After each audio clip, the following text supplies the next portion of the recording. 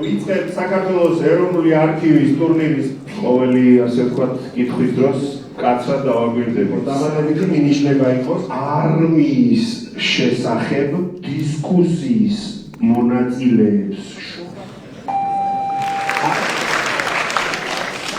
სულ ამ კონკურსში მონაწილეობდა 1300-ზე მეტი მოსწავლე და მადლობა მათ პედაგოგებს ჩართულობისთვის, ასეთი მაღალი მაჩვენებლებისთვის, რომელიც მათ ნახევარფინალში და ფინალში დააფიქსირეს.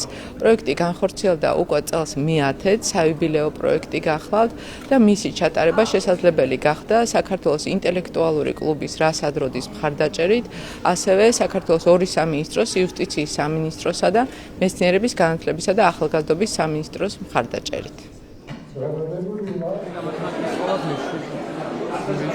იქნებოდა ყველაფერი ოკუპანტი. ქართული საფრთხოს აქტიური წევრი.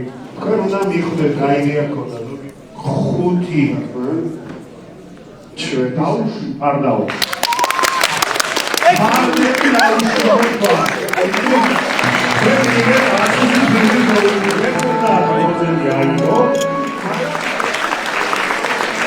და უსურვოთ შემდგომი წარმატებები.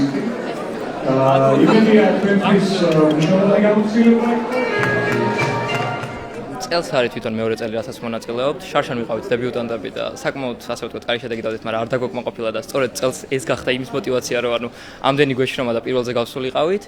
და რავი, ვთვლით, რომ ეს გამარჯვება გვეკუთვნის, ეს მოვიპოვეთ და დავიმსახურეთ და მიგვაჩნია, რომ ესეც უნდა მომხდარიყო, ასე რომ ვთქვათ.